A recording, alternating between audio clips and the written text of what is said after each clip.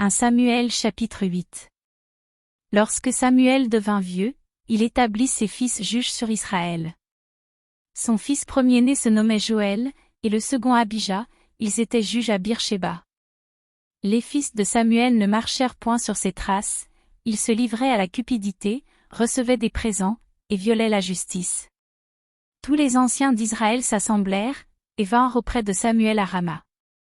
Ils lui dirent, « Voici, tu es vieux, et tes fils ne marchent point sur tes traces, maintenant, établis sur nous un roi pour nous juger, comme il y en a chez toutes les nations. » Samuel vit avec déplaisir qu'il disait, « Donne-nous un roi pour nous juger. » Et Samuel pria l'Éternel. L'Éternel dit à Samuel, « Écoute la voix du peuple dans tout ce qu'il te dira, car ce n'est pas toi qu'il rejette, c'est moi qu'il rejette, afin que je ne règne plus sur eux. Ils agissent à ton égard comme ils ont toujours agi depuis que je les ai fait monter d'Égypte jusqu'à ce jour, ils m'ont abandonné, pour servir d'autres dieux. Écoute donc leur voix, mais donne-leur des avertissements, et fais-leur connaître le droit du roi qui régnera sur eux. » Samuel rapporta toutes les paroles de l'Éternel au peuple qui lui demandait un roi.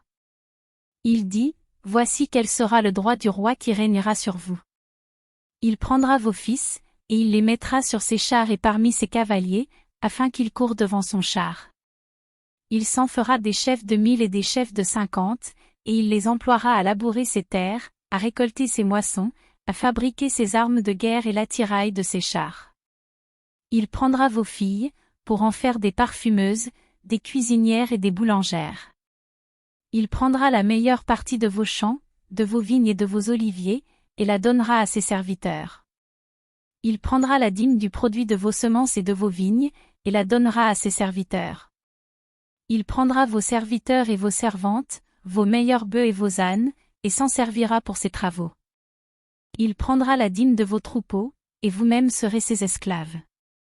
Et alors vous crierez contre votre roi que vous vous serez choisi, mais l'Éternel ne vous exaucera point. » Le peuple refusa d'écouter la voix de Samuel. « Non. » dirent-ils, « mais il y aura un roi sur nous.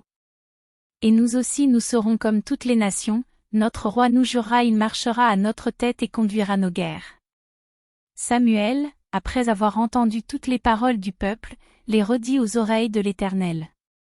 Et l'Éternel dit à Samuel, « Écoute leur voix, et établis un roi sur eux. » Et Samuel dit aux hommes d'Israël, « Allez-vous en chacun dans sa ville. »